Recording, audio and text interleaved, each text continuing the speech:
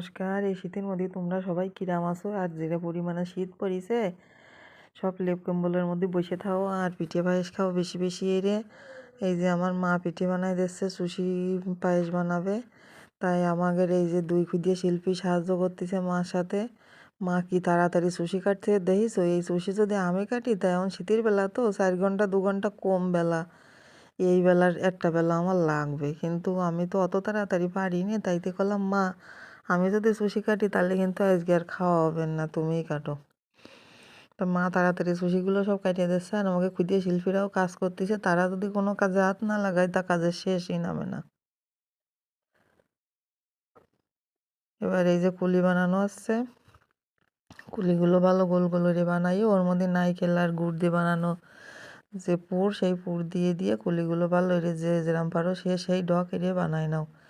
ওরা সবাই বানাচ্ছে, আমি আর বানাতে গেলাম না। আমি ভাবলাম কি তাহলে আমি ক্যামেরায় একটু ভিডিও এড়িয়ে সবার সাথে শেয়ারেরই। এই যে এরাও কুলি বানাচ্ছে 4জন 5জন, তা 4-5 রকমের কুলি হয়েছে। আর এই শীতের সময় এত শীত পড়তেছে, এই শীতে যদি একটু পিঠে পায়েস না খায় তাহলে কদিন শীতেরও অপমান করা হবে না। আর তোমাকে পিঠে পায়েস খাওয়ার জন্য তো এবার রোদ উঠতেছে না আজ কয়দিন। তা তোমরা সবাই লেপ কম্বলের মধ্যে ভারী এসো, ভারী এসে পিঠে পায়েস বানাই আমার খবর দিয়ে নে, আমি যাবানে। আর যারা বানাতে না পারো তারা আমাদের এখানে চলে আসো, আমাদের এখান থেকে খাইয়ে যেয়ে নে।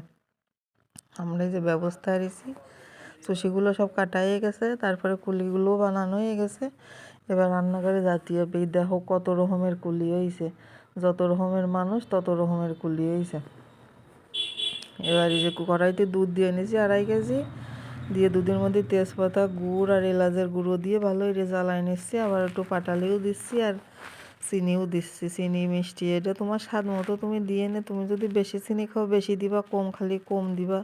শেষের জন্য আবার কইয়ে না যে ফাঁসা হয়ে গেছে কি মিষ্টি বেশি হয়ে গেছে, তোমাকে ইচ্ছে মতো দিয়ে তোমরা খাও স্বাদ মতো।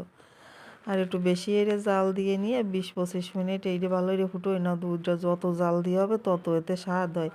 আর কুলিগুলো যেন ধরাস করে ঢালিয়ে দিয়ে না, দুধটা ভালো করে ফুটোইয়ে তারপরে আস্তে আস্তে দিয়ে নে, নাহলে কিন্তু গুলাই এসব গন্ট হয়ে যাবে না, তখন আর খাতি হবেন না কিন্তু, তখন কিন্তু আবার আমার দোষ দিয়ে না তোমরা। আর এই শীতের সময় যত রকমের পিঠে পায়েস আছে বাঙালিরা সব রকম না খাইয়ে কি আর থই কদিনই।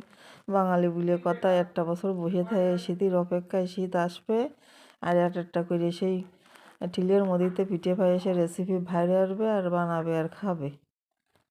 তারপরে এখন শীতে আর একটা সুযোগ আছে, বানাই তোমার থুয়ে দেওয়া যায়, নষ্ট হয় না। 2 দিন 4 দিন 6 দিন ধরে খালেও নষ্ট হবে না, শুধু খাবা আর ল্যাপ কম্বল মুড়ি দিয়ে শুয়ে থাকবা।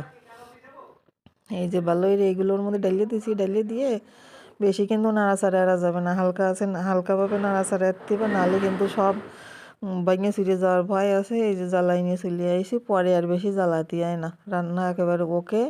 এবার পরিবেশন করবো। তা মিষ্টি জিনিস তো, মিঠে যত ঠান্ডা হয় তত ভালো, মিঠে লাগবে তত খাতে স্বাদ লাগে।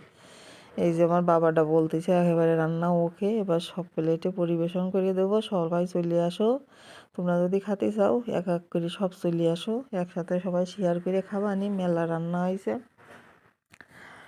আর দেরি এড়ে নাই দেখো, এবারে খাতে কিন্তু সেই স্বাদ, একটু ঠান্ডা এনে তারপরে খাবানি।